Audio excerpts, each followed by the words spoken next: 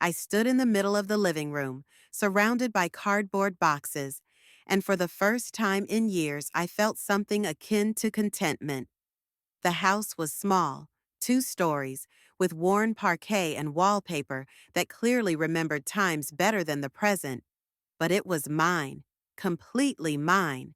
For 20 years, I'd saved every extra dollar from my accountant's salary, denied myself vacations and new clothes, lived in rented apartments where the owners changed the terms like gloves. Now it's over. I cut the tape on another box, pulling out kitchen utensils, old pots that were as old as Priscilla, pans with chipped enamel but still usable. I wasn't in the habit of throwing away working things. The post office had taught me to value reliability over novelty, and that principle was ingrained in my blood. Then I spent years working as an accountant for a small transportation company where every penny counted. I learned to save so much money that it became second nature. The sound of a car pulling up made me look out the window. Colton's silver sedan pulled up to the curb, and Priscilla got out, adjusting her light-colored jacket. Her son-in-law appeared next, tall, with the confident gait of a man who was used to getting his way. I wasn't expecting them today. We'd arranged for them to come over the weekend, but apparently there'd been a change of plans. I opened the door before they could call. "Mom, hi." Priscilla stepped into the hallway, barely glancing at me. "We thought we'd stop by early to help you sort through your things." "Hello." I nodded to her, then to Colton. He smiled, but the smile didn't touch his eyes. "Beryl, the house looks good," he said, looking around. "It's certainly a lot of work, though. What's the roof like? And the wiring? Houses this age often have problems with utilities." "The inspector checked everything before we bought it," I said. "The roof is fine, and the wiring was replaced 10 years ago." Colton walked into the living room without taking off his shoes, even though I'd put a new rug in the entryway just for that purpose.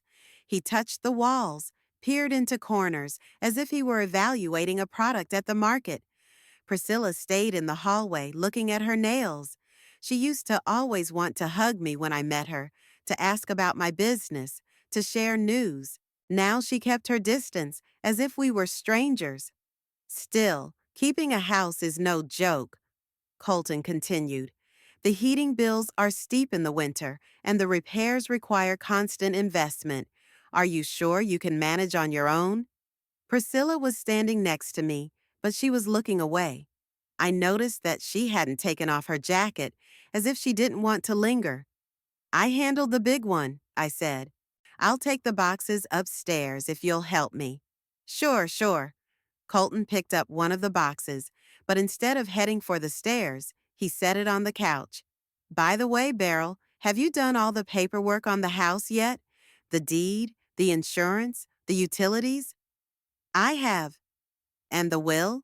He asked it lightly, almost casually. "It's important at your age. Anything can happen, God forbid, of course." I turned to him slowly. Priscilla jerked her shoulder, continuing to stare at the floor. "The will is my own business," I said.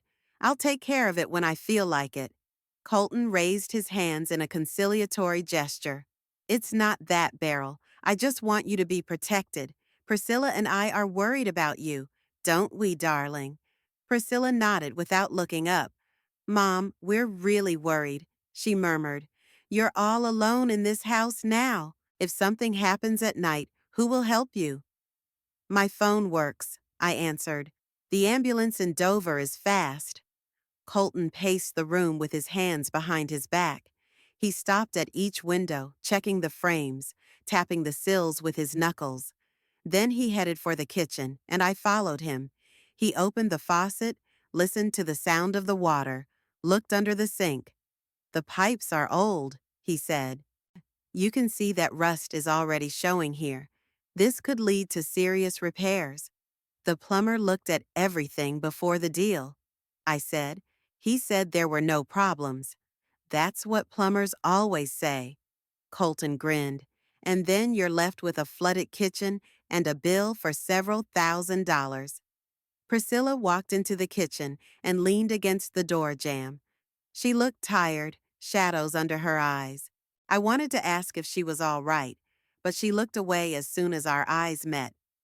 "If you're here to help, let's get down to business," I said. "The boxes aren't going to take themselves apart." The next hour was spent working. Colton lugged boxes upstairs. I did dishes in the kitchen, hung towels in the bathroom, put books on the shelves in the living room. Priscilla followed my husband, sometimes holding the boxes as he climbed the stairs, but most of the time she just stood back.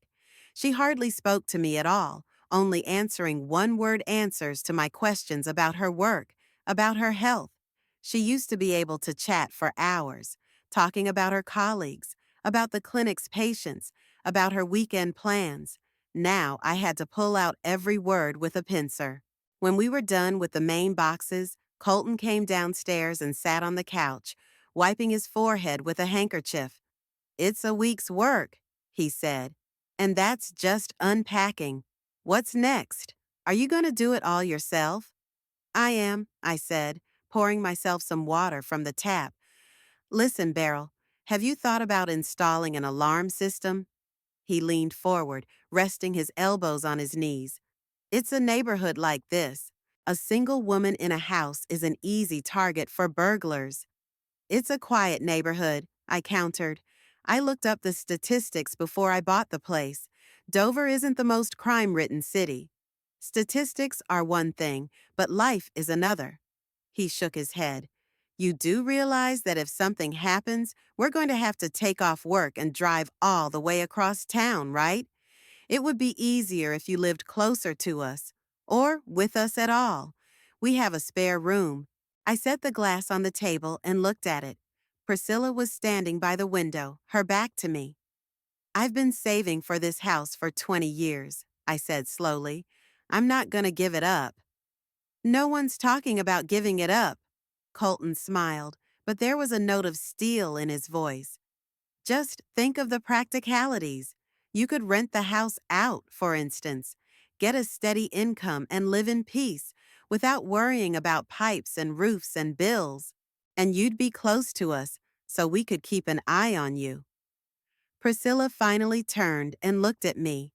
There was something pleading in her gaze, but I didn't understand what she was asking. "Mom, Colton's right," she said quietly. "It's going to be hard for you. You're not young anymore, and the house takes strength. I don't want you to tire yourself out. Not young. 73 isn't a judgment. I walk 3 kilometers every day, climb stairs without shortness of breath, drive a car, and do not confuse the days of the week." But Priscilla said those words as if I had one foot in the grave. "I'll be fine," I repeated. "Thanks for your help, but I have to get back to unpacking." Colton rose from the couch, stretching his shoulders.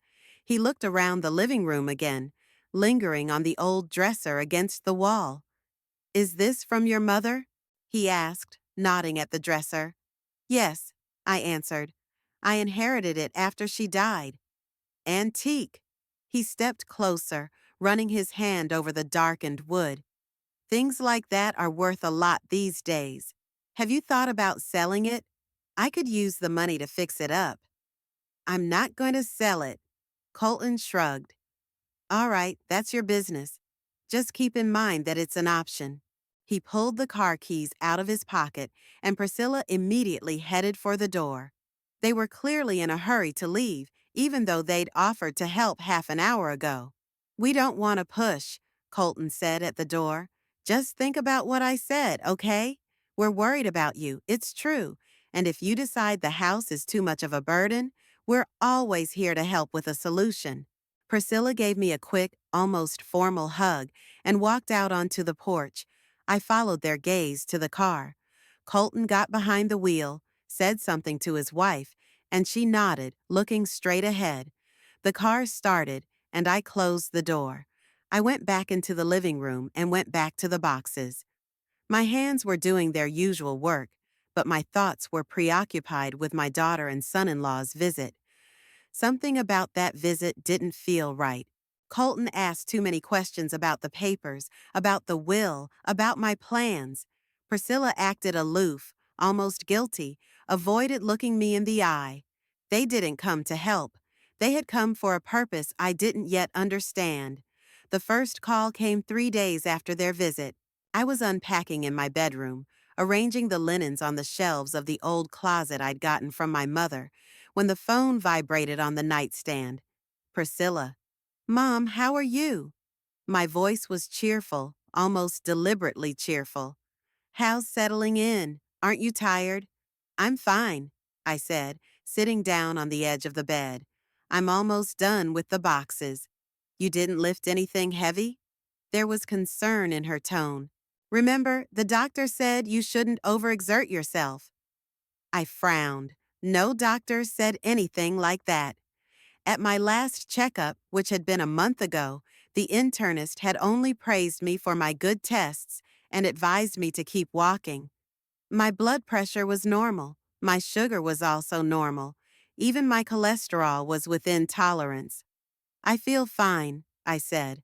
Don't worry. But you know, Mom, at your age, you have to be careful, Priscilla continued. One awkward move and you could fall. And if you fall and hit your head, who's going to help you? The neighbors won't even hear you. Priscilla, I'm not going to fall. Nobody is, but it happens, she sighed. Remember Mrs. Hatcher from our old house? She thought she could do it alone, too. Then she fell in the bathroom, lay on the floor for half a day before they found her. Now she's in a wheelchair. I remember Mrs. Hatcher. She was in her 80s and had advanced osteoporosis. Doctors warned her that her bones were brittle, but she ignored the advice, refused medication. I was 13 years younger and did not suffer from brittle bones. My last checkup showed that my bone density was within normal limits. I'll be careful, I promised. Okay, Priscilla said quietly. Call me if you need anything. Promise? I promised, and we said goodbye. The conversation left an unpleasant residue that didn't wash away even when I went back to sorting through my things. Priscilla had never been so obsessively caring before. She'd grown up an independent girl who rarely called and visited me once a month, usually before the holidays. Now suddenly, she was a model of filial devotion. The next day, she called again. She asked if I'd slept well, if my joints were bothering me, if I'd taken my vitamins. I answered briefly, trying not to show irritation. A day later, the call came again, and another day later. Priscilla called every night at the same time, around 8 o'clock, and each time the conversation revolved around my health and safety. Did you install a handrail in the bathroom? She asked once again. You know, it's really important. Slippery tile, wet floor, one wrong step, and you're done. I have a rubber mat, I answered, looking at the TV, where the evening news program was on. A mat is not the same as a handrail, she said patiently, as if explaining to a child. A rug can move off. Handrails give you a secure footing. I read an article about elderly people's injuries, and it explicitly said that most accidents happen in the bathroom. Priscilla, I've lived here for almost 2 weeks and I haven't slipped once. Not yet, she corrected. Mom, I just want you to be safe. Is that so hard to understand? I didn't say anything. Priscilla continued, and I've also read that elderly people who are alone often get sick at night. A heart attack, a stroke. It all happens suddenly. If you didn't live alone, there would be someone around to call for help. You could lie there for hours and no one would know. I'm fine, I said. My blood pressure's normal. My heart's working fine. Right now, yes, she agreed. But no one knows what will happen tomorrow. My colleague's neighbor's mother died of a heart attack in her sleep. She was 75. The doctors said she was healthy, and in the morning she was found dead. These conversations started to wear me out. It was the same thing every night. The mounting anxiety, the hints of dangers that lurked at my every turn. I began to wait for her calls with increasing tension, sometimes not even picking up the phone, letting it ring in the void. But Priscilla would call back again and again until I answered. A week later, Priscilla and Colton came again. This time they gave me advance notice, said they were bringing groceries. I met them on the porch.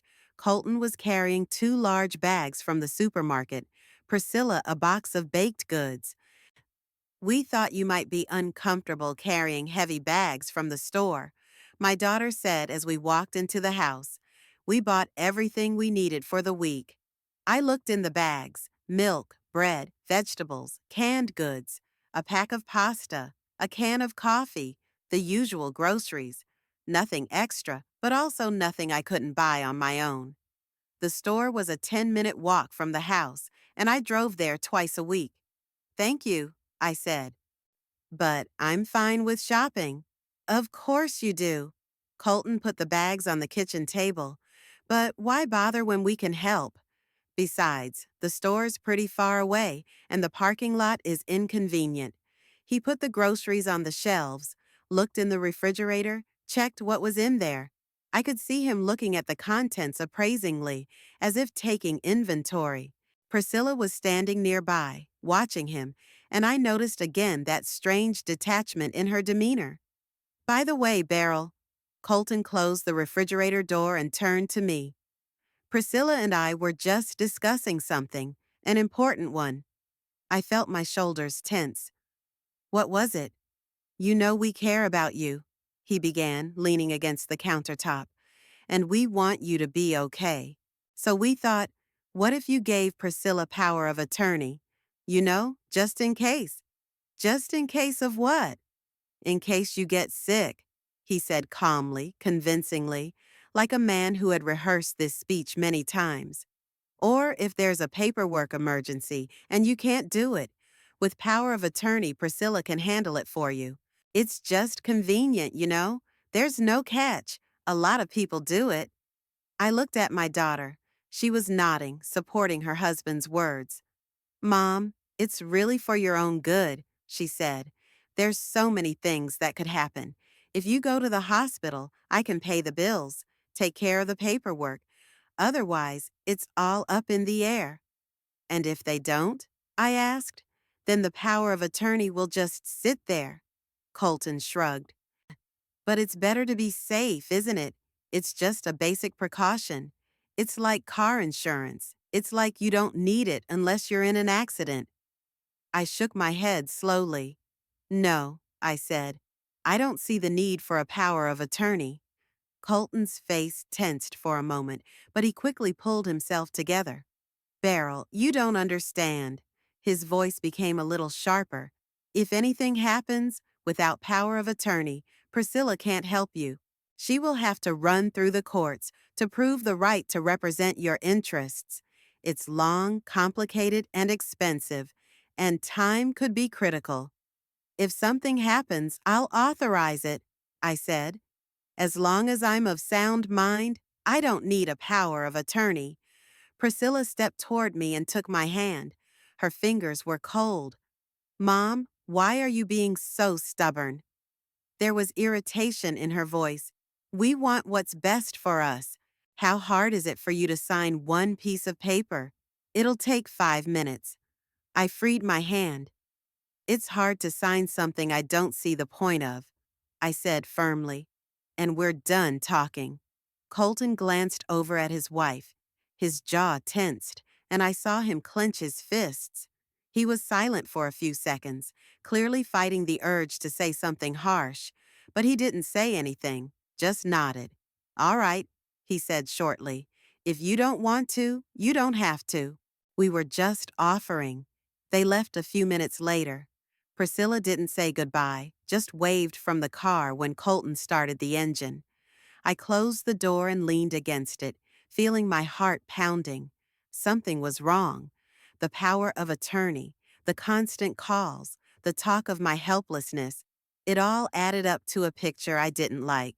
I walked to the kitchen, put the kettle on. While the water boiled, I put away the groceries they'd brought, put the canned goods in the cupboard, put the milk in the fridge, and then I noticed an envelope on the table. It was lying between the empty bags, and I didn't see it right away. It was a glossy, thick envelope with no sender's address. I opened it and pulled out a triple-folded brochure. On the cover was a picture of smiling elderly people at a table. At the top, in large letters, it read, "Greenwood House is a full-service nursing home." Next came text about comfortable conditions, 24-hour medical supervision, a variety of recreational activities, and professional staff. I flipped through the pages. Photos of bright rooms with new furniture, a dining room with set tables, an exercise room with exercise machines and soft chairs. Room rates started at $3,000 a month. The list of services took up an entire page. Contacts to sign up for a tour were bolded at the bottom. I slowly lowered the brochure onto the table. No one sends out nursing home ads for nothing. It's not something they put in regular mailboxes along with flyers for pizza parlors and car washes. Someone put this envelope between the groceries knowing I'd find it. Priscilla or Colton, or maybe both. I picked up the brochure and tossed it in the trash can under the sink. The kettle boiled, but I didn't want tea anymore. I stood in the middle of the kitchen of my house, the one I'd been fighting for 20 years, and I realized that the fight was just beginning. They weren't going to back down. They wanted something from me, and that something had to do with my house, my money, my life. Power of attorney would be the first step. Then others would follow. And then, perhaps, this very Greenwood house with its smiling old men and round-the-clock surveillance. I went to the window and looked out onto the street. The streetlights were already on, painting the asphalt in yellowish light. A neighbor's cat ran across the road, hiding in the bushes across the street. An ordinary evening in an ordinary neighborhood. My neighborhood, in my house, and I wasn't going to give it away, not to anyone. They arrived on Saturday close to lunchtime. I was doing the dishes after breakfast when I heard the sound of a car pull up. I looked out the window, Colton's silver sedan. I wiped my hands and went out on the porch. Priscilla got out of the car with a large leather folder in her hands. Colton was carrying another thinner one. "Mom, we need to talk," Priscilla said instead of greeting me. Her face was pale, dark circles under her eyes. I let them into the house. They went into the living room, and Colton immediately laid out the papers on the coffee table. Several sheets stapled together, official stamps, small print. "Beryl, please sit down," he said, pointing to a chair. "We have prepared documents that will solve all our problems." "What problems?" I asked, remaining standing. "Problems with your safety," Priscilla replied. She sat down on the couch, placing the folder next to her. "We can't live like this anymore, Mom. I lie awake at night thinking that something could happen to you." Colton picked up one of the documents and held it out to me. "It's a voluntary custody agreement," he explained. "You sign it, and Priscilla becomes your legal guardian. It doesn't mean you're incapacitated. It just gives her the right to take care of you, to make decisions in your best interest." I picked up the paper, ran my eyes over the text. Legal language, dry wording, but the gist was clear. The guardian was given control over finances, property, medical decisions. Total control. "No," I said, handing the document back to Colton. "Mom, you didn't even read it." Priscilla stood up from the couch. "It says it's for your own good. We don't want to take away your freedom. We want to help you." "I don't need custody." I looked her in the eye. "I'm healthy, I'm sane, and I'm doing fine on my own." Colton sighed, setting the papers aside on the table. "Beryl, let's be realistic," he said slowly, as if explaining something obvious. "You're 73 years old. At that age, people become forgetful, careless. You might fall on the stairs, forget to turn off the stove, take your medicine twice instead of once. It's normal. It's age." "Nothing like that has happened to me," I objected. "Not yet." He leaned forward. but sooner or later it will. And then what? Fire? Gas poisoning? A broken femoral neck? We can't worry all the time, Beryl. We have lives, jobs, plans. We need to know you're safe. Priscilla came closer, took my hand. Mom, please. Tears trembled in her voice. Sign these papers. You have no idea how worried I am. Every time you don't pick up the phone, I think something terrible has happened to you. I can't take it anymore. I released my hand. This is your problem, Priscilla, not mine. I'm not going to sign over custody. Colton stood up abruptly, paced the room. You're stubborn, Beryl, he said, and there was a hardness in his voice. So stubborn that you can't see the obvious. You can't live alone. This house is too big for you. Too much work. Too much responsibility. I'm coping. You are now. He paused, arms crossed over his chest. And a year from now, 2 years from now, you'll be older, weaker. And then what? You want the neighbors to find you dead in your own bed? Priscilla sobbed, pressing her hand to her mouth. Tears streamed down her cheeks, smearing her mascara. Don't say that, she mumbled. I'm telling the truth. Colton kept his eyes on me. The hard truth, but the truth. And the sooner Beryl realizes it, the better for everyone. He picked up a second folder, pulled out some more papers and a color brochure. The same one I threw away a week ago. We went to Greenwood House, Colton said. It's a beautiful place, clean, bright, well-staffed. They have nurses around the clock, 3 meals a day, activities for the residents. You'll be safe, supervised. I'm not going to a nursing home, I said. Mom, it's not scary. Priscilla stepped toward me, holding out her arms. We looked at it. It's really nice. Big rooms, each one has its own bathroom, TV. You can bring your things, photos. You won't be alone. I'm not alone here. Here you're alone, Colton corrected. Out there, you're with people. They'll talk to you. Make sure you eat and take your medicine on time. Isn't that better than sitting in an empty house, waiting for disaster to strike? I looked at the papers on the table, at the brochure with the smiling old men, at Priscilla with her tear-stained face, at Colton with his confident pose, and suddenly it came to me. You want to sell the house, I said. Colton blinked.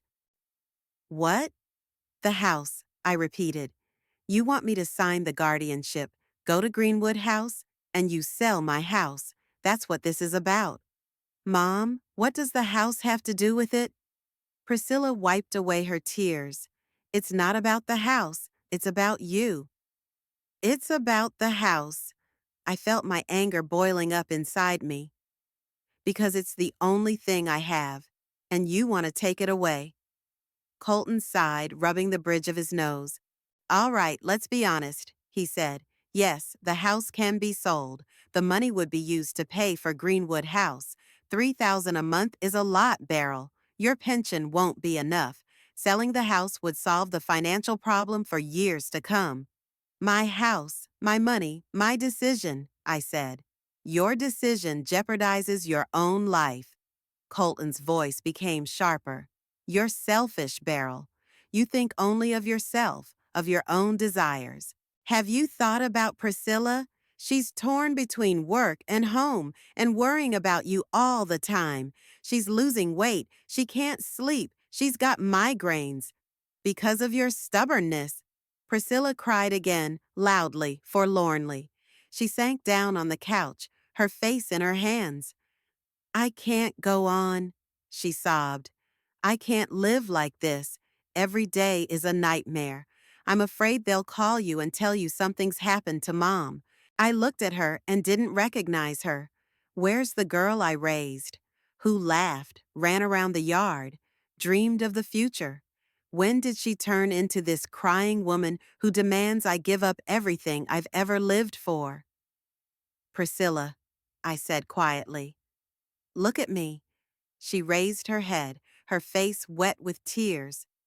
I will not sign these papers, I continued. Never. Do you hear me? Never. Mom, I'm not going to a nursing home. I'm not giving up my house. I'm not giving you custody of me. It's my choice, and I'm entitled to it. Priscilla stood up abruptly. You're selfish, she shouted, and there was such rage in her voice that I recoiled. You think only of yourself. You don't care about me, about my life, about what I'm going through. I've been thinking about you my whole life, I replied. Working 2 jobs so you could go to a good school. Denied myself everything so you could have everything you needed. And now you want me to give up the last thing I have? It's not the last thing, it's just a house, Priscilla screamed. Bricks and boards, and I'm your daughter, your only daughter. But you care more about this damn house than you do about me. Priscilla, calm down. Colton put his hand on her shoulder, but she shook it off. No, let her know. She took a step toward me. Let her know she's destroying my family. She's the reason Colton and I fight all the time. She's the reason I can't have a normal life. It's all because of her stubbornness. Your problems with Colton are your problems, I said. Don't put them on me. It's because of you. Priscilla was screaming so loud I was afraid the neighbors would hear. If you would just sign those papers, everything would be fine. But no, you have to cling to your independence, your home, your life, and you don't care about us. I felt something tearing inside me, not from her words, but from the realization that there was a stranger standing in front of me, not the daughter I knew, but someone else. Go away, I said. What? Priscilla froze. Get out of my house, I repeated. Take your papers and go. Colton picked up the papers from the table, slipped them into a folder. His face was stone. You're going to regret this, Beryl, he said. We tried to make things amicable, but if you refuse help, you're choosing the hard way. I'm choosing my own way, I replied. Now go away. Priscilla grabbed her purse and raced for the door. Colton followed her. He turned around on the threshold. This isn't over, he said quietly. We'll find a way. The door slammed shut. I heard the engine start, the car start. Then there was silence. I stood in the middle of the living room, surrounded by that silence, and felt my hands shaking. I sat down in the chair and put my palms on my knees, trying to stop the trembling. Betrayal, that's what it's called. My only daughter, the one I raised alone, the one I sacrificed everything for, had come here to demand that I give up my life. I didn't ask for it. I demanded it, screaming, crying, accusing. And standing right next to her was her husband, who came up with the whole plan. Guardianship, nursing home, selling the house. It's all worked out. It's all prepared. All I had to do was get me to sign the papers. I got up, went to the window. It was quiet outside. The sun was shining through the clouds. Someone was leading a dog on a leash. An ordinary day in an ordinary neighborhood. But for me, it was the day I realized I was all alone, with no daughter, no family, with a house to fight for. I went back to my desk, picked up the Greenwood House brochure. I looked at the smiling old men, the beautiful rooms, the list of services. Then I tore the brochure in half, and again, and again. Threw the scraps of paper in the trash can by the wall. They're not taking my house, not ever. I spent the rest of the day trying to calm down.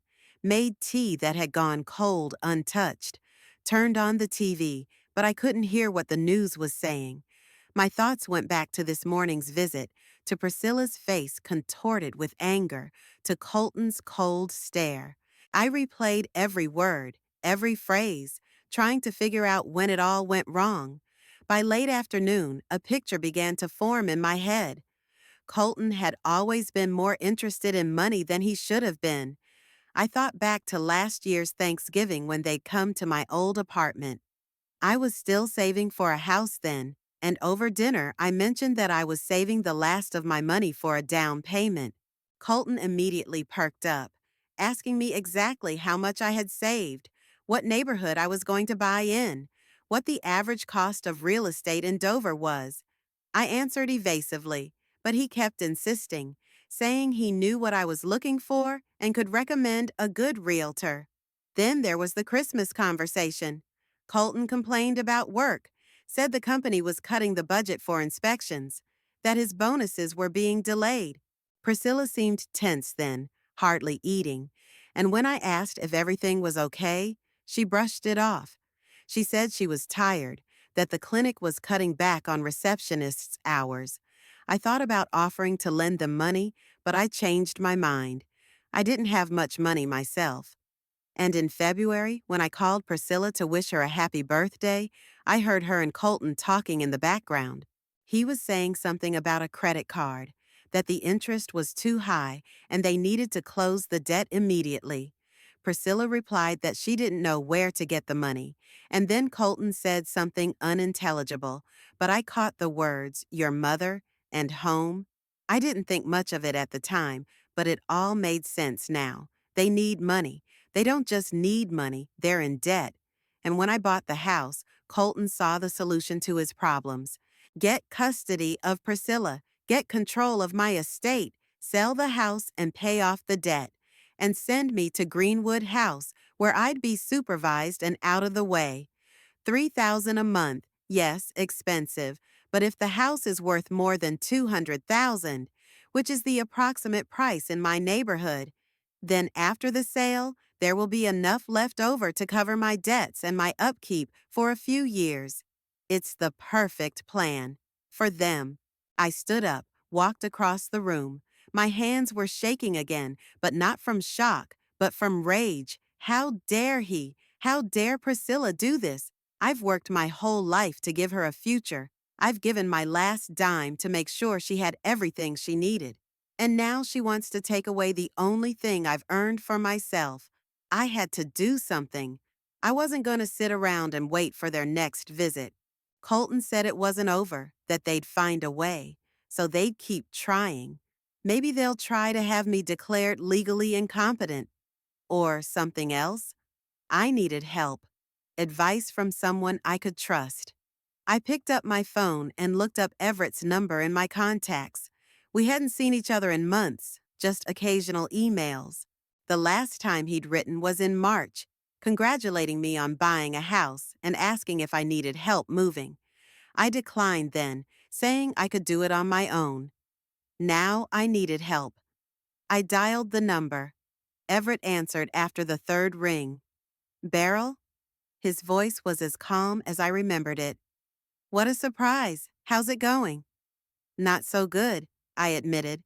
Everett, I need to talk to you. Can we meet? He was quiet for a second. Sure. Is something wrong? I'll tell you when I see you. I didn't want to get into it over the phone. Are you free tomorrow? I am, he agreed. Let's meet at the coffee shop on Main Street. You know where the bookstore used to be? There's a nice little place that's opened up. 11 o'clock in the morning would work for you? I was relieved. Thank you, Everett. You're welcome, he said softly. See you tomorrow, Beryl. I hung up the phone, and for the first time all day, I felt like I could breathe normally. Everett was a reliable man. We'd worked together at the post office for over 15 years, and in that time, I'd never once seen him let anyone down or betray him.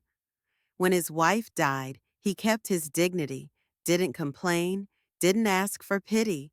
He just kept working, took care of the house, moved on with his life. We sometimes had coffee on our lunch break, discussed the news, shared our thoughts on life. After I moved on to work as an accountant, we saw each other less often, but the connection didn't break. The next morning I got up early, even though my appointment was not until 11. I made breakfast, but ate only half a piece of toast. My nerves were getting the best of me. I changed clothes twice, choosing between a blue cardigan and a gray jacket, finally settling on the jacket. I left the house at 10:20, even though it was only 15 minutes by car to the cafe. Better to be early than late. The cafe was small, cozy, with wooden tables and green plants in pots on the windowsills. It smelled of fresh pastries and coffee. I ordered tea and sat by the window.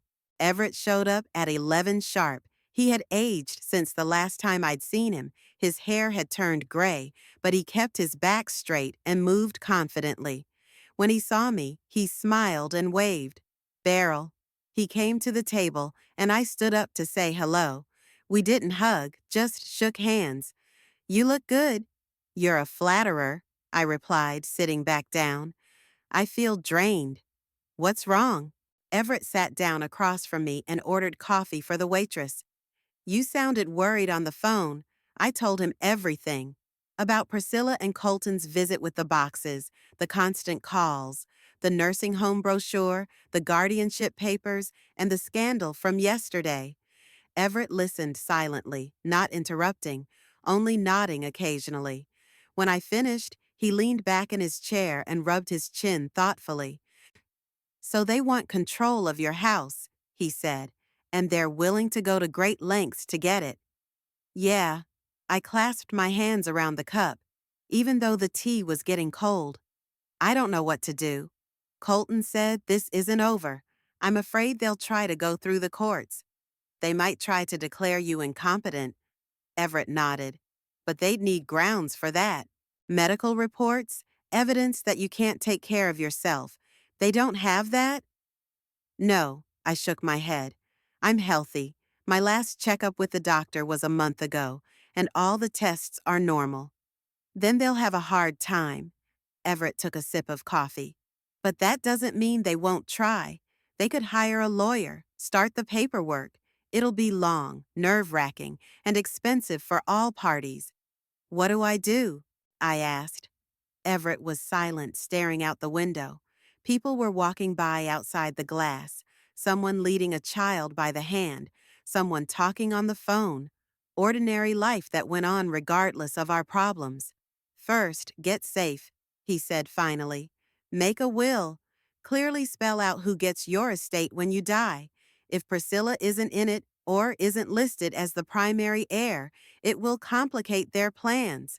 Can I disinherit her at all? I asked. You can, Everett said. That's your right. You can leave the house to anyone you want. A charity, a neighbor, me if you want.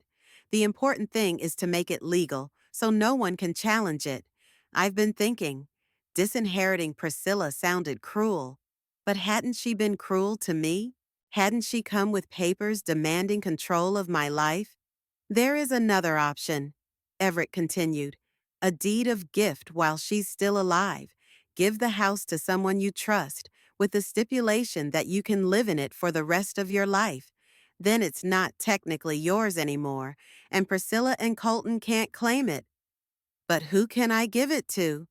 I looked at him confused. I don't have any other relatives.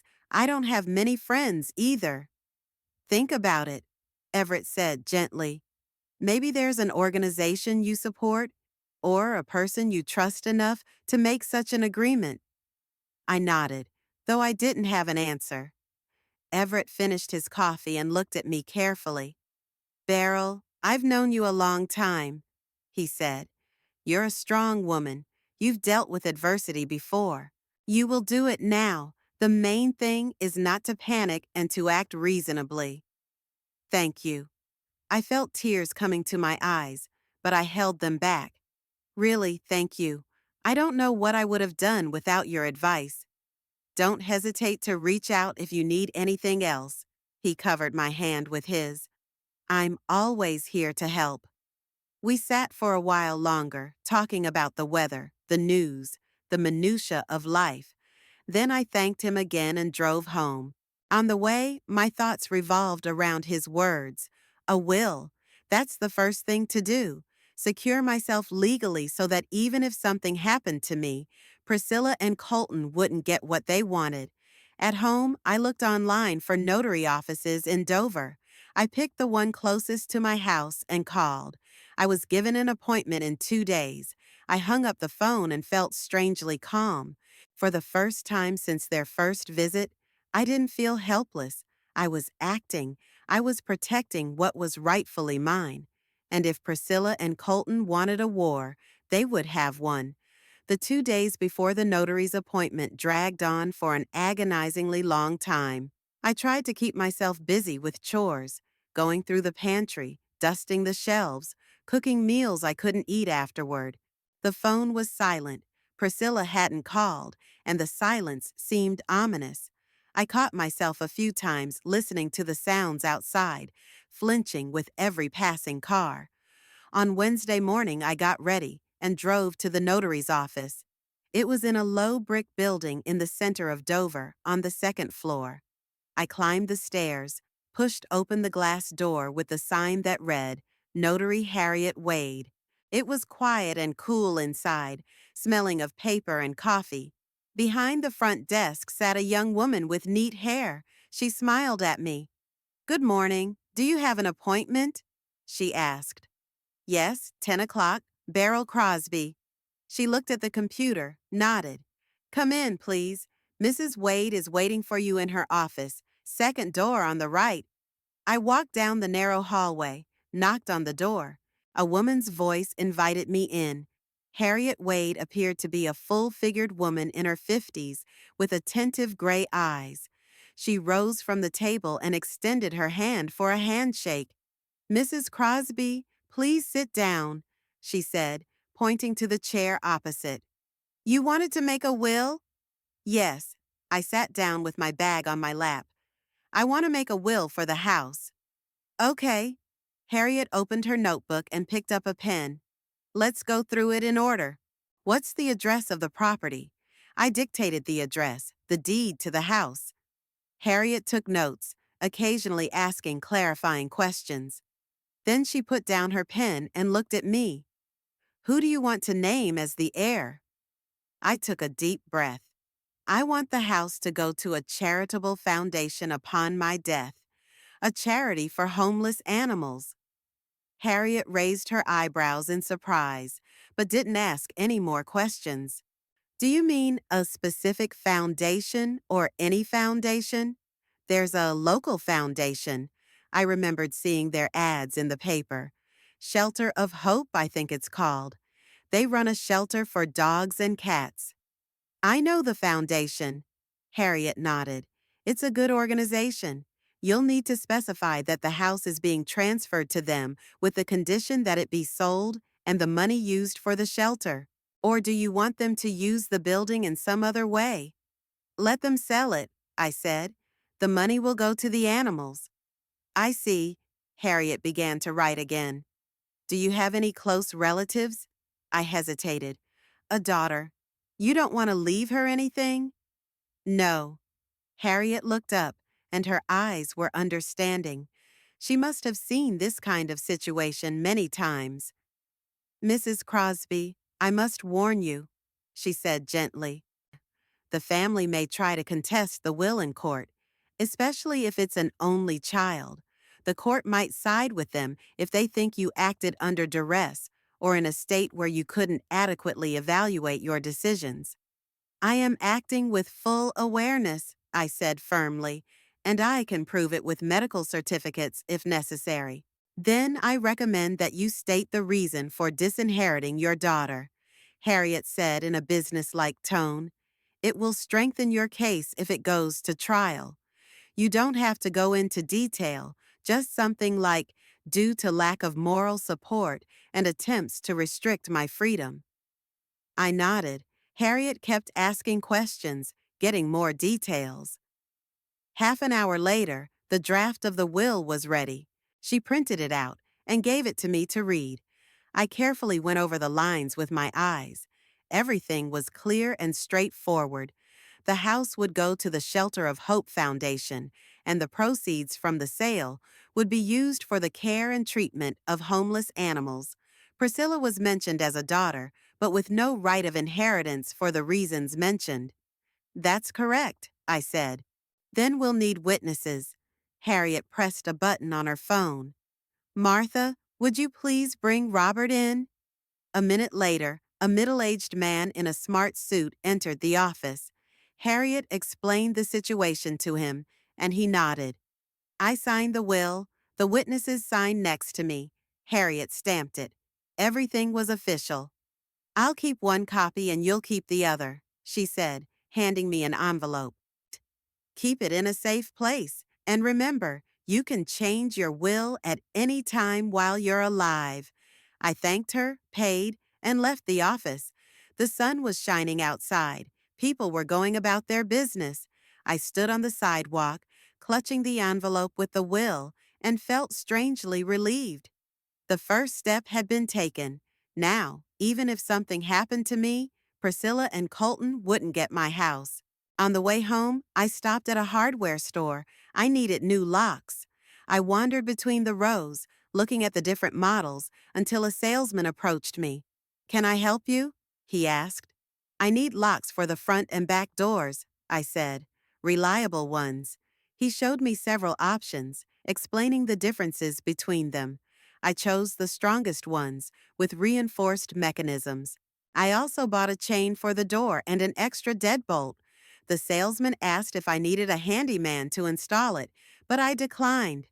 Everett would help. He knew how to use tools. At home, I called him, told him I'd been to the notary, that I'd made a will. Everett chuckled approvingly. "You did the right thing," he said. "What about the locks?" "I bought new ones," I said. "Can you help me install them?" "Sure. I'll come by tomorrow morning, about 9 o'clock. We'll see what else we can do to make it safe." The next morning, Everett arrived right on time. He brought a toolbox with him, as well as a small box. "CCTV cameras," he explained, placing the box on the table. "Two of them, one over the front door and one in the backyard. You'll be able to see who comes in." "Isn't that a little much?" I wondered. "No," Everett shook his head. "Considering the situation, it's a reasonable precaution. The cameras are on a memory card, so you can watch it on your phone. I'll set everything up, show you how to use it." We started with the locks. Everett carefully removed the old ones, installed the new ones. He worked with concentration without a word, and I was grateful for that silence. I didn't want to discuss why I needed to change the locks on my own house. By noon, the locks were installed, and Everett checked them a few times, making sure the mechanisms were working properly. "Now the cameras," he said. We went outside. Everett put a ladder against the wall, climbed up with a drill and a camera. I stood at the bottom, handing him tools when he asked for them. The installation took about an hour. Then we moved to the backyard, repeating the procedure. When it was done, Everett came down, wiped his hands with a rag. "Now let's set up the app on your phone," he said. We went back into the house and sat down in the kitchen. Everett took my phone, installed the program, entered the camera settings. Then he showed me how to view the footage, how to get notifications of movement in front of the door. "See?" He jabbed his finger at the screen. "It shows you who's coming to the door. You can watch in real time, or you can watch the past day's footage." I nodded, memorizing. Technology had never been my strong suit, but this seemed simple enough. "Thank you, Everett," I said. "I really don't know how to thank you." "You don't need to thank me." He tucked the phone into his pocket. "I'm happy to help. You would have done the same for me." We drank tea, talked about nothing. Everett talked about his garden, about how he was fighting pests on his tomatoes, about a neighbor who had a noisy dog. I listened, occasionally commenting, and caught myself thinking that I felt calmer in his presence. He didn't push, he didn't ask questions, he was just there. When he was about to leave, I walked him to his car. "If you need anything, call me," Everett said as he got behind the wheel. "Anytime." "I will," I promised. He drove away, and I went back inside. New locks gleamed on the doors, cameras discreetly monitoring the entrance and backyard. I walked through the rooms, checking the windows, the latches. Everything was locked, everything under control. I had done what I could to protect myself and my home, but the relief was incomplete. Somewhere on the edge of my mind sat an anxiety that wouldn't let me go. Priscilla hadn't called in days, and that silence was suspicious. Colton said they'd find a way. What way? What were they up to? I couldn't shake the feeling that this was the calm before the storm. In the evening, I sat at the window with a cup of cold tea and looked out at the street. The streetlights were on, casting a yellowish glow on the sidewalk. Somewhere in the distance, a dog barked. An ordinary evening in an ordinary neighborhood. But to me, every sound, every shadow seemed like a threat. I picked up my phone, opened the camera app. The screen showed an empty porch, a quiet backyard. No one. I put my phone on the table and leaned back in my chair. The will was drawn up, the locks changed, the cameras installed. I'd done everything I could, but deep inside, I knew it wouldn't stop them. Priscilla and Colton aren't the type to give up easily. They'd come up with something else, and I needed to be ready. I just didn't know what exactly to be prepared for. It's been a week of silence. Priscilla hadn't called, no messages, no attempt to contact me. I started to think that maybe they had backed off, realized they weren't getting anywhere. But in my heart, I knew it was unlikely. Colton's not the kind of guy who just gives up. On Friday, around noon, I was watering the flowers on the windowsill when the phone on my wrist vibrated, a camera notification. Someone had come to the door. I picked up my phone, opened the app. On the screen, I saw 3 people on the porch: Priscilla, Colton, and an unfamiliar man in a dark jacket with a medical bag in his hand. My heart jumped. A doctor. They'd brought a doctor. I put down the watering can, wiped my hands on my apron, and headed for the door. The bell rang just as I approached. I took a deep breath, gathering my strength, and opened it. "Mom?" Priscilla stood on the doorstep, pale, her face tense. "It's Dr. Clarence Freeman. We asked him to come and see you." The doctor was a man in his 60s, with a neat gray beard and attentive brown eyes behind thin-rimmed glasses. He nodded at me. "Good afternoon, Mrs. Crosby," he said politely. "Your daughter has requested a home visit. She's concerned about your condition." "What condition?" I asked, staying close to the door. "I feel fine." "Mom, please." Priscilla stepped forward. "The doctor just wants to make sure you're okay. It'll just take a few minutes." I looked at Colton. He was standing just behind his wife, hands in his pockets, his face unruffled. But I could see the triumph in his gaze. They thought I could be intimidated by the doctor, that I'd get confused and make a mistake. "All right," I said calmly. "Come on in." I let them into the house. Dr. Freeman looked around, noting the cleanliness, the order. Priscilla and Colton went into the living room, but I gestured for them to stop. "You can wait here," I said. "If the doctor wants to examine me, let him do it without witnesses." Colton wanted to object, but the doctor raised his hand. "Mrs. Crosby is right," he said. "The examination is confidential. You can stay in the living room." The doctor and I went into the kitchen.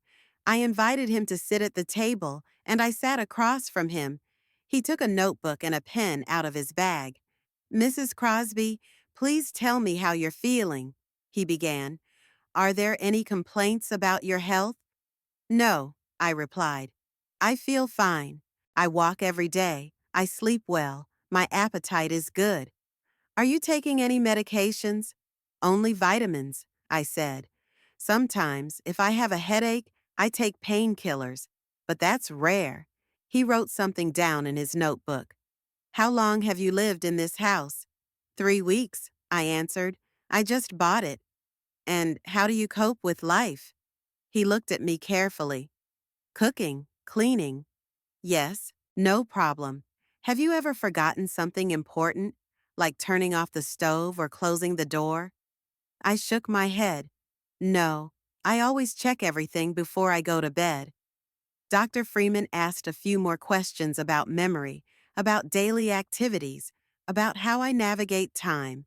I answered calmly, clearly, taking my time. Then he asked permission to look around the house. I agreed. We walked through the rooms.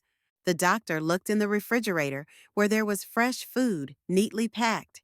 He looked in the bathroom where everything was clean, towels hanging in their places. He went up to the second floor and looked in the bedroom. Bed made, no mess. I saw him making notes in his notebook, and I knew he was writing positive observations. When we got downstairs, Priscilla and Colton stood up from the couch. Their faces were tense. "Well, doctor?" Colton asked. "Do you see any problems?" Dr. Freeman closed his notebook and looked at him. "I don't see any signs of concern," he said. "Mrs. Crosby demonstrates mental clarity, good memory, and the ability to care for herself. The home is kept clean and orderly. There are no grounds for involuntary hospitalization or guardianship." Colton's face darkened. "But she lives alone," he said sharply. "At her age, that's dangerous. What if she falls? What if she forgets to take her medicine?" "Mrs. Crosby doesn't take any life-saving medication," the doctor replied calmly. "And falls happen at any age. That's no reason to isolate her from society." "Doctor, you don't understand." Priscilla stepped forward. "She's stubborn. She doesn't listen to advice. We're afraid for her." "Stubbornness is not a medical diagnosis," Dr. Freeman said, "and the right to make decisions about one's life remains with the individual as long as he or she is capable. Mrs. Crosby is competent." Colton clenched his fists. I could see his cheekbones set in jaundice. "This isn't right," he muttered. "You're making a mistake." I decided it was time to speak up. "Dr. Freeman," I said to the doctor, "I want you to know the whole situation. My daughter and her husband are trying to get me to sign voluntary guardianship papers. They want to gain control of my assets, sell my house, and put me in a nursing home. Not because I can't take care of myself, but because they need the money." Priscilla gasped. "Mom, how can you say that?" "Because it's true." I kept my eyes on the doctor. "They came with papers, demanded I sign them. They made a scene when I refused. And now they've brought you here, hoping you'll declare me incompetent." Dr. Freeman looked at Priscilla and Colton. His expression became sterner. "Is it true?" he asked. "No, of course not." Priscilla shook her head. "We're just worried about her. She misunderstands our intentions." "I understand your intentions perfectly well," I said coldly. "And, doctor, I am grateful for your objectivity. I hope you'll reflect in your report that I'm fully competent and don't need guardianship." "I will." Dr. Freeman nodded. He put the notebook in his bag and headed for the door. "Good day, Mrs. Crosby. If you need medical attention, please come to the clinic." I walked him to the door, thanking him again. When he came out, I turned to Priscilla and Colton. They were standing in the middle of the living room, their faces grim. "You set us up," Colton hissed. "You made us look bad in front of the doctor." "I told the truth," I replied. "The very truth you're trying to hide." He stepped toward me, and I could see the fury in his eyes, barely contained. Priscilla grabbed his arm, but he shook it off. "Do you think this is the end?" His voice shook with anger. "Do you think we're just going to walk away and leave you alone?" "I hope so," I said, trying to stay calm, though my insides clenched with fear. "Don't hope so." Colton stepped closer, hovering over me. "We'll find a way, Beryl. We will. You can't hide behind your stubbornness forever. Sooner or later, you're going to slip, or something will happen to prove you can't live alone." "Is that a threat?" I asked. "It's a promise." He pulled back, but his gaze didn't soften. "Your house, your money. Priscilla should have it all.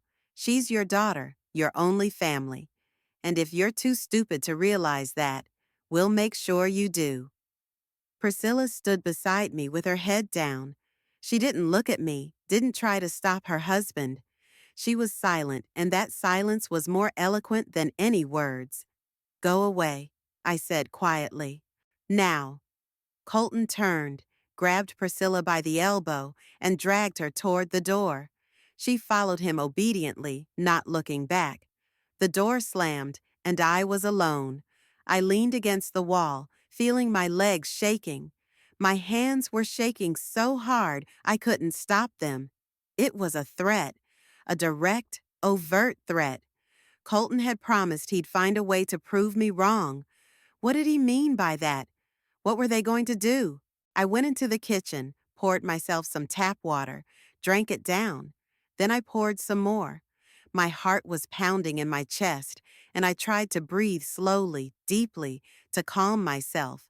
The doctor confirmed that I was competent. That's good. It's a defense. But Colton won't stop. He'll find a way around this confinement, come up with something else. I grabbed my phone and opened the camera app. I watched the footage, the way they approached the house, the way the doctor examined the porch, the way they left. Colton turned around before they left and looked directly into the camera. His face was stony, his eyes cold. Then he got in his car and they drove away. I kept the tape, just in case. If it went to trial, it might come in handy. Then I sat down at the table and rested my head on my hands. Tiredness came over me like a wave, not physical, but mental. I was tired of fighting, tired of defending myself against my own daughter and her husband. But there was no choice. Either I continued to resist, or I gave up and lost everything. I wasn't going to give up. The next few days dragged by in anxious anticipation. I woke up in the morning with a heaviness in my chest, listening to every sound outside the window, checking the cameras several times a day. Priscilla hadn't called, and that silence was more frightening than her constant calls before.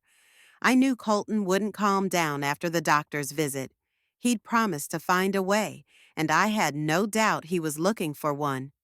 For the first week, I hardly left the house. I ordered groceries to be delivered, canceled even my usual walks. I sat by the window with a cup of tea, looked out at the street, and tried to calm my nerves. Neighbors were passing by, walking their dogs, talking to each other. Life went on, but I felt cut off, trapped in my own house. Everett called on the 8th day after the doctor's visit. "Beryl, how are you?" His voice sounded concerned. "I haven't heard from you in a while." "I'm fine," I lied. "I'm just busy with chores around the house." "Why don't we get together?" He suggested it. "The weather's nice. We could take a walk in the park. You need to get some air." I wanted to say no, but then I thought he was right. Being cooped up isn't the answer. That's exactly what Priscilla and Colton wanted. They wanted me to feel cornered, helpless. "Okay," I agreed. "Where should we meet?" We agreed on the next day, 2 o'clock in the afternoon, at the entrance to Brookdale Park. It was a small park about 15 minutes from my house, with walkways, a pond, and benches under the trees. I arrived a little early, parked, and saw that Everett was already waiting for me at the gate. "Beryl?" He smiled as I approached. "You look good." "You always say that," I sighed, "even when it's not true." "Then I'll put it another way." He took my hand in his. "You look tired. Come on, let's go for a walk." We walked down the alley, past the beds of late-blooming flowers, past the pond where the ducks swam. Everett didn't rush me with conversation, just walked beside me, occasionally pointing at something, a squirrel crossing the path, an old oak with a hollow. I relaxed slowly, feeling the tension release a little at a time. "How's it going?" he asked finally, when we sat down on the bench by the pond. "They brought a doctor," I said, "a week ago. The doctor examined me, the house, asked me questions, found me competent." "That's good," Everett nodded. So their plan had failed. This time, I looked at the ducks gliding across the water, but Colton threatened, said he'd find another way. Everett frowned. "Beryl, if you feel threatened, you should go to the police." "With what?" I shook my head. He hadn't physically threatened me. He just said he wouldn't back down. The police wouldn't do anything with words like that. Everett was quiet for a moment, looking out at the pond. Would you like me to stop by more often? He suggested cautiously. Check on you, see how you're doing. Maybe even stay for a couple days if I need to. I looked at him. Everett was a good man, one of the few people I trusted, but accepting his offer meant admitting that I couldn't do this alone, and I didn't want to admit that, not even to myself. Thank you, I said, but I'm doing okay. If anything happens, I'll call you. Promise? I promise. We sat for a while, then walked through the park. Everett talked about his business, about fixing the old shed on the property, about the neighbor who'd offered to help him. I listened, nodded, inserted comments, and forgot about Priscilla and Colton for a while. But when we said goodbye and I got in the car, the anxiety returned. At home, I checked the cameras, the locks, the windows again. Everything was locked. Everything was fine. I made dinner, ate half of it, threw the rest away. I had no appetite. I sat down in front of the TV, but I couldn't concentrate on the program. My thoughts revolved around one thing. What would Colton do next? The answer came 10 days later. In the morning, the mailman brought a registered letter. I signed for it, picked up the envelope, and saw the law firm's logo in the corner. My heart beat faster. I went to the kitchen, sat down at the table, and opened the envelope. Inside was an official letter on Harper and Associates letterhead. I unfolded the sheet and began to read. An attorney named Victoria Harper was representing Priscilla Jensen, née Crosby. The letter stated that Mrs. Jensen was concerned about the health and capacity of her mother, Beryl Crosby. Despite the doctor's report, the family felt that a more thorough evaluation was needed. The attorney reported that she was preparing documents to go to court to have an independent capacity evaluation ordered and, if necessary, to establish guardianship. I reread the letter twice, feeling a chill spill over my body. Court. They were going to sue. Colton wasn't bluffing. He'd actually found a way. An independent evaluation that meant proving my competency before a panel of doctors, psychologists, maybe social workers. It meant interrogations, questions, tests. It meant my life would be on display for all to see. I put the letter on the table and covered my face with my hands. They wouldn't stop. Never. Even if this evaluation showed I was competent, they'd think of something else. They'll appeal, get another lawyer, push until they get their way. Or until I break. The phone rang and I flinched. I looked at the screen, an unfamiliar number. I answered it. Mrs. Crosby? A woman's voice, confident and businesslike. My name is Victoria Harper. I'm your daughter's attorney. I got your letter, I said, trying to keep my voice from shaking. Great, she said, as if she were discussing grocery shopping. I'd like to discuss the situation with you. Perhaps we can resolve things amicably, without a trial. Amicably? I chuckled. You call trying to incapacitate me peaceful? Mrs. Crosby, I understand your outrage. The lawyer's voice softened. But understand your daughter. She's genuinely concerned about you. Perhaps if you had agreed to a voluntary guardianship, it would have been satisfactory to everyone. I will not agree to custody, I said firmly, neither voluntary nor involuntary. Then I'm afraid it will go to court, Victoria Harper sighed. And it would be long and unpleasant for all parties. I would advise you to consider a compromise. Compromise is when both sides agree, I replied. But you demand that I give everything, and you offer nothing in return. In return, we offer safety, care, and peace of mind, the lawyer said. Is that nothing? They're words.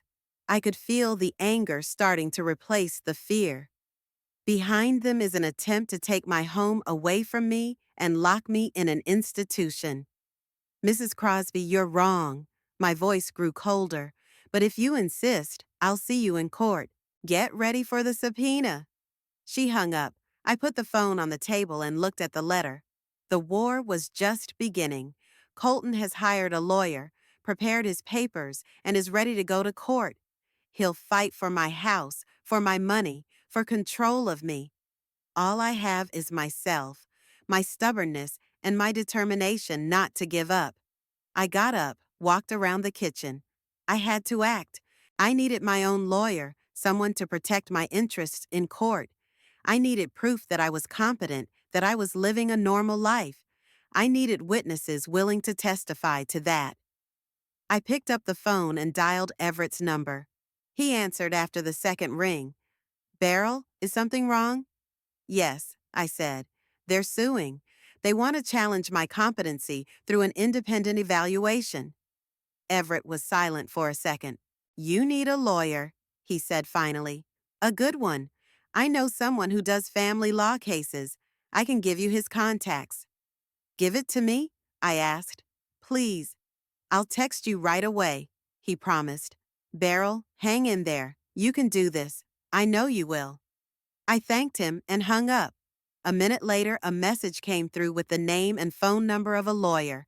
I saved the contact and looked at my watch. It was 12:30. The workday wasn't over yet. I could call now, make an appointment. But before I dialed the number, I picked up the letter from Victoria Harper again and reread it. Every word, every phrase was calibrated, legally impeccable. They'd been preparing for this, thinking every step of the way, and I'm just beginning to realize what I'm up against. The war is just beginning, and I have to be ready for it. The day of the trial was cold and gray. I woke up early, even though the hearing was only scheduled for 11 o'clock in the morning. I made tea, but I couldn't finish it. My stomach felt tight, and my hands shook as I dressed. I'd chosen a navy blue suit I'd bought 10 years ago for the funeral of a distant relative. It fit looser than before. I'd lost weight in recent weeks. The lawyer Everett had recommended was Nathan Gregg. He was a man of about 55, with shrewd gray eyes and a calm manner of speaking. We met twice before the trial, and he went over all the documents I'd gathered: medical certificates, Dr. Freeman's report, bank statements confirming that I was managing my finances smoothly. I showed him the security footage of Colton threatening me after the doctor's visit. Nathan nodded, looking at the file. "It's good evidence," he said. "It shows their true motives, but we need more witnesses, people who can confirm that you lead a normal life." I asked a neighbor, Mrs. Delaney, an older woman who lived across the street from me. We'd occasionally have a word over the fence, discuss the weather, the garden. She agreed to testify. Everett also volunteered to be a witness, said he would talk about how long he had known me, how I had always been an independent and reasonable person. Now it was all to be used in the courtroom. I arrived 20 minutes before the start time, parked outside the county courthouse, a gray concrete structure with columns at the entrance. Nathan Gregg was already waiting for me on the steps, leather briefcase in hand. "Beryl?" He nodded at me. "Are you ready?" "As ready as I can be," I admitted. "Remember what we discussed," he said as we walked up the steps. "Answer clearly without emotion. Don't give them any reason to question your ability to control yourself." We went through the metal detector, up to the third floor. The corridor was empty, with only a group of people standing somewhere at the end, talking in low voices. I recognized Priscilla and Colton. Next to them stood a woman in a strict black suit with a folder. It had to be Victoria Harper.